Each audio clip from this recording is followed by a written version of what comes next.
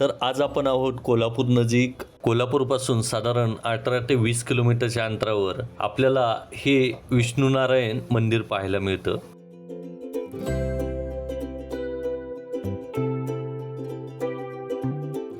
या मंदिराची खास गोष्ट म्हणजे हे मंदिर चारही साईडनी पाणी आणि एका साईडनी असलेली छोटीशी वाट आपल्याला मंदिरापर्यंत घेऊन जाते.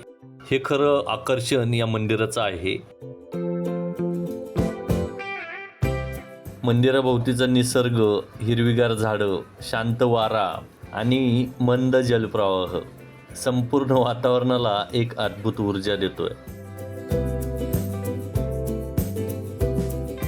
श्री विष्णूंची शाळीग्राम प्रकारातील मूर्ती आपल्याला मंदिरात पाहायला मिळते.